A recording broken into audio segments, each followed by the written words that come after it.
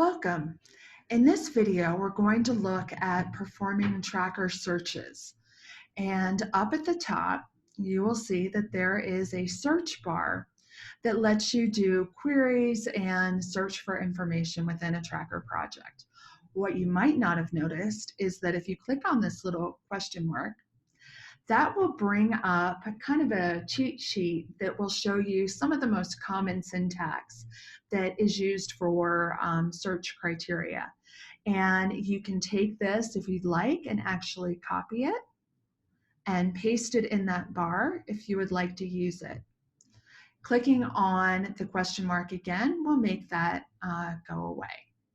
So I'm going to paste in there a search that I copied that will search all of the various reviews that we have and show me a list of all of the stories that have a test QA review type. So if I hit enter, that will give me a list of, again, all of those QA reviews that I currently have added to stories. But maybe I don't care about the QA reviews that we haven't started yet. Maybe I want to see the ones that are currently in progress. So you can actually combine search criteria, and you can do that using an ampersand. But here we've got review, test type of QA, and in review. So I'm going to add that to my search criteria and copy. Close that. Oh. And let's add that to our search criteria and hit return. That shortened the list because now we're seeing just QA stories with a QA type where the review is currently in progress. And if this is a search that we want to save and rerun later, from the menu, you can either pin a search if you want to leave it open all the time, or you can save that search to your sidebar. So maybe I want to call this QA reviews in progress. So I can save that. And now if you look down under save searches, I have that search saved to my sidebar. And if I close my results and erase it out of there, I can come in at any time and rerun that particular search. If I'm done with the search, you can hit the little heart and either edit that search criteria if you would like to make changes to it later, or you can hit that and delete it if you no longer need that search any longer. But that will let you create some pretty sophisticated searches and then save them so that you don't have to reuse them. If you're looking for some search options and you don't see it in this little cheat sheet, click on the search help link right there, and that will take you into the help article for advanced search and show you all of the different options. When you do a search, you can click on reveal.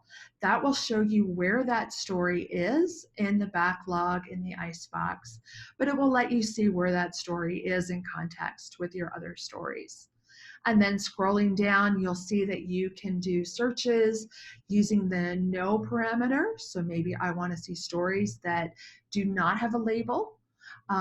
If we have want the ability to categorize all of our stories, so we want to have labels, so this will let me see all the stories that don't have one, so I can make sure I get them on there, or stories that don't have an owner, if I want to see all the stories without owners, to make sure that I get them there.